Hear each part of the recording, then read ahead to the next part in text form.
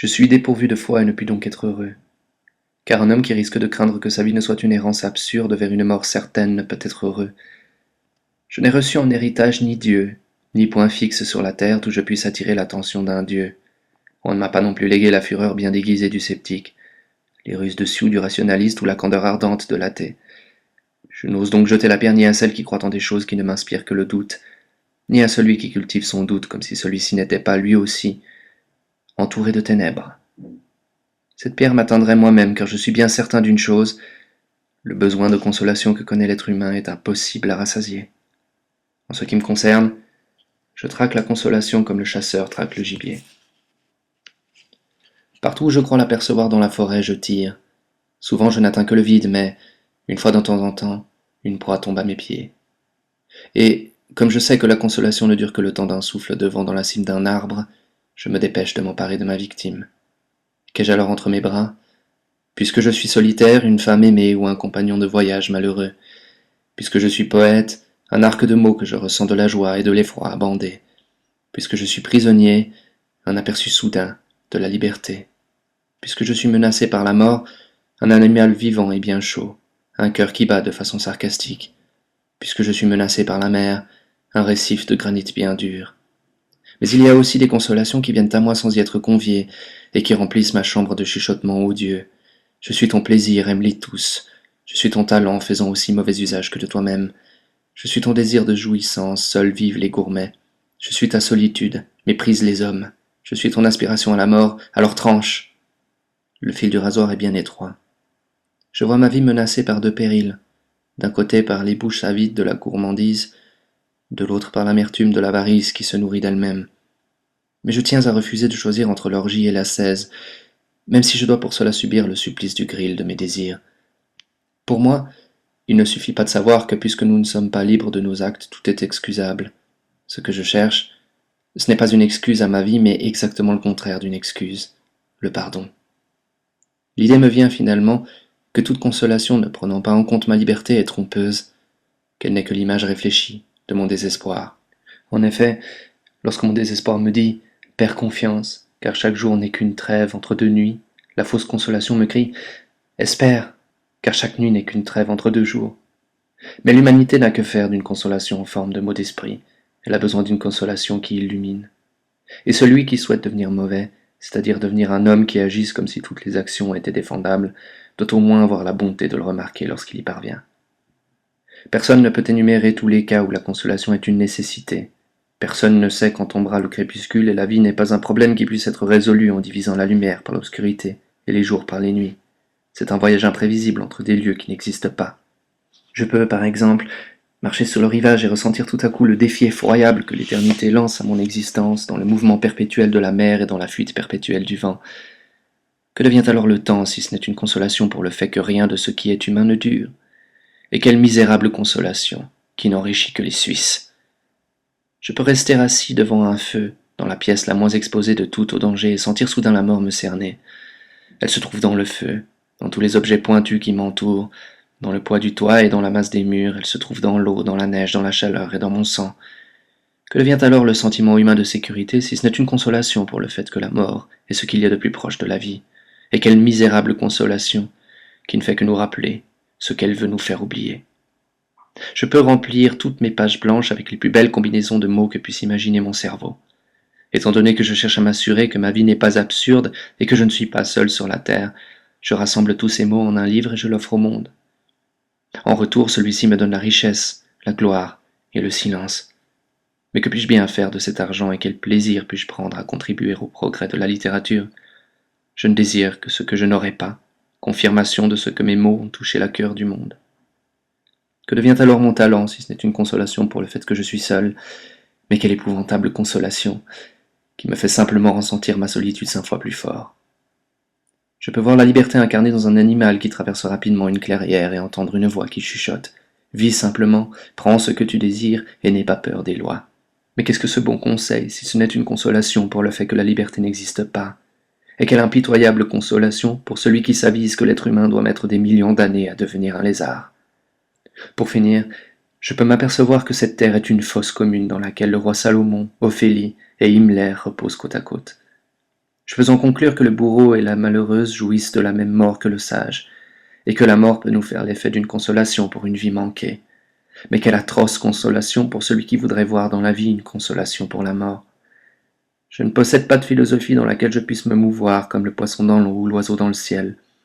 Tout ce que je possède est un duel, et ce duel se livre à chaque minute de ma vie, entre les fausses consolations, qui ne font qu'accroître mon impuissance et rendre plus profond mon désespoir, et les vraies, qui me mènent vers une libération temporaire. Je devrais peut-être dire la vraie, car, à la vérité, il n'existe pour moi qu'une seule consolation qui soit réelle, celle qui me dit que je suis un homme libre, un individu inviolable, un être souverain à l'intérieur de ses limites. Mais la liberté commence par l'esclavage et la souveraineté par la dépendance. Le signe le plus certain de ma servitude est ma peur de vivre. Le signe définitif de ma liberté est le fait que ma peur laisse la place à la joie tranquille de l'indépendance. On dirait que j'ai besoin de la dépendance pour pouvoir finalement connaître la consolation d'être un homme libre, et c'est certainement vrai. À la lumière de mes actes, je m'aperçois que toute ma vie semble n'avoir eu pour but que de faire mon propre malheur. Ce qui devrait m'apporter la liberté m'apporte l'esclavage et des pierres en guise de pain. Les autres hommes ont d'autres maîtres. En ce qui me concerne, mon talent me rend esclave au point de ne pas oser l'employer, de peur de l'avoir perdu. De plus, je suis tellement l'esclave de mon nom que j'ose à peine écrire une ligne, de peur de lui nuire. Et lorsque la dépression arrive finalement, je suis aussi son esclave.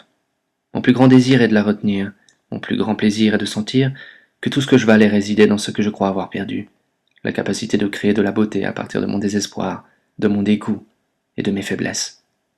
Avec une joie amère, je désire voir mes maisons tomber en ruine et me voir moi-même enseveli sous la neige de l'oubli.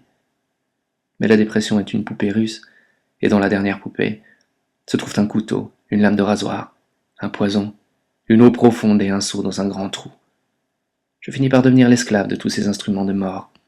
Ils me suivent comme des chiens, à moins que le chien, ce ne soit moi. Et il me semble comprendre que le suicide est la seule preuve de la liberté humaine. Mais, venant d'une direction que je ne soupçonne pas encore, voici que s'approche le miracle de la libération. Cela peut se produire sur le rivage, et la même éternité qui, tout à l'heure, suscitait mon effroi est maintenant le témoin de mon accession à la liberté. En quoi consiste donc ce miracle? Tout simplement dans la découverte soudaine que personne, aucune puissance, aucun être humain n'a le droit d'énoncer envers moi des exigences telles que mon désir de vivre vienne à s'étioler. Car si ce désir n'existe pas, qu'est-ce qui peut alors exister? Puisque je suis au bord de la mer, je peux apprendre de la mer. Personne n'a le droit d'exiger de la mer qu'elle porte tous les bateaux, ou du vent qu'il gonfle perpétuellement toutes les voiles. De même, personne n'a le droit d'exiger de moi que ma vie consiste à être prisonnier de certaines fonctions. Pour moi, ce n'est pas le devoir avant tout, mais la vie avant tout. Tout comme les autres hommes, je dois avoir droit à des moments où je puisse faire un pas de côté et sentir que je ne suis pas seulement une partie de cette masse que l'on appelle la population du globe, mais aussi une unité autonome.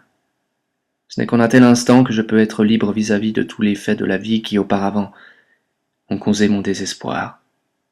Je peux reconnaître que la mer et le vent ne manqueront pas de me survivre et que l'éternité se soucie peu de moi. Mais qui me demande de me soucier de l'éternité? Ma vie n'est courte que si je la place sur le billot du temps. Les possibilités de ma vie ne sont limitées que si je compte le nombre de mots ou le nombre de livres auxquels j'aurai le temps de donner le jour avant de mourir. Mais qui me demande de compter? Le temps n'est pas l'étalon qui convient à la vie. Au fond, le temps est un instrument de mesure sans valeur car il n'atteint que les ouvrages avancés de ma vie. Mais tout ce qui m'arrive d'important et tout ce qui donne à ma vie son merveilleux contenu, la rencontre avec un être aimé, une caresse sur la peau, une aide au moment critique, le spectacle du clair de lune, une promenade en mer à la voile, la joie que l'on donne à un enfant, le frisson devant la beauté, tout cela se déroule totalement en dehors du temps. Car peu importe que je rencontre la beauté l'espace d'une seconde ou l'espace de 100 ans. Non seulement la félicité se situe en marge du temps, mais elle nie toute relation entre celui-ci et la vie. Je soulève donc de mes épaules le fardeau du temps et, par la même occasion, celui des performances que l'on exige de moi. Ma vie n'est pas quelque chose que l'on doive mesurer. Ni le saut du cabri ni le lever du soleil ne sont des performances. Une vie humaine n'est pas non plus une performance, mais quelque chose qui grandit et cherche à atteindre la perfection. Et ce qui est parfait n'accomplit pas de performance. Ce qui est parfait œuvre en état de repos. Il est absurde de prétendre que la mer soit faite pour porter des armadas et des dauphins. Certes, elle le fait, mais en conservant sa liberté. Il est également absurde de prétendre que l'homme soit fait pour autre chose que pour vivre. Certes, il approvisionne des machines et il écrit des livres, mais il pourrait tout aussi bien faire autre chose. L'important est qu'il fasse ce qu'il fait en toute liberté et en pleine conscience de ce que, comme tout autre détail de la création, il est une fin en soi. Il repose en lui-même comme une pierre sur le sable. Je peux même m'affranchir du pouvoir de la mort.